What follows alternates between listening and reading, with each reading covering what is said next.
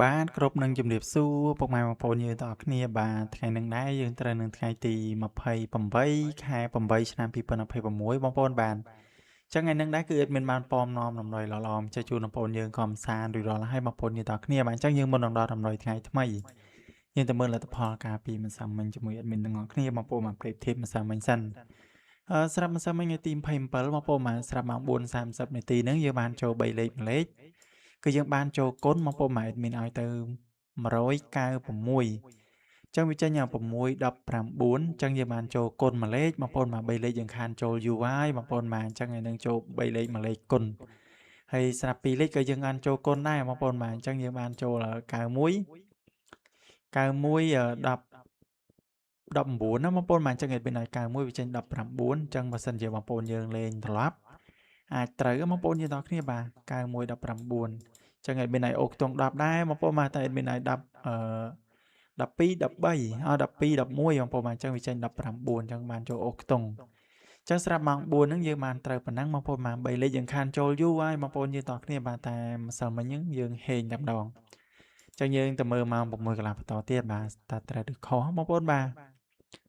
ចឹងម៉ោង6កន្លែងមានឲ្យលេងខ្ទង់10ក៏ដូចជាខ្ទង់9អញ្ចឹងចេញ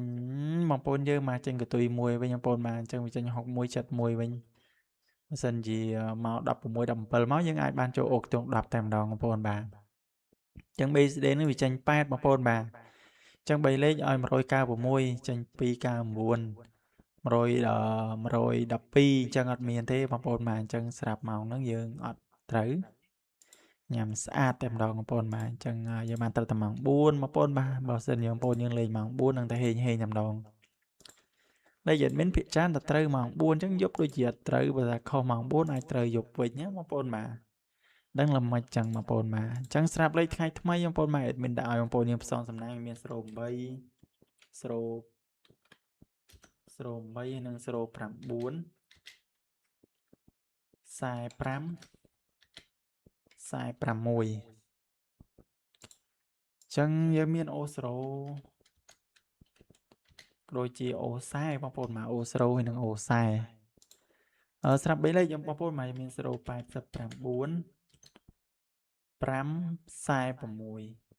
546អញ្ចឹងបងប្អូនបាននេះតម្រុយថ្ងៃថ្មីបងប្អូនមកបងប្អូនយើងឆ្លាញ់អាចយកទៅផ្សងសំណាងបានអញ្ចឹងឯមានក៏ជូនពរឲ្យបងប្អូនយើងហេងផងដែរស្រាប់តែថ្ងៃហ្នឹងបងប្អូនមកអញ្ចឹងជូនពរឲ្យបងប្អូនត្រូវទាំងអស់គ្នាគោរពលាបងប្អូនតែប៉ុណ្ណឹងបាទ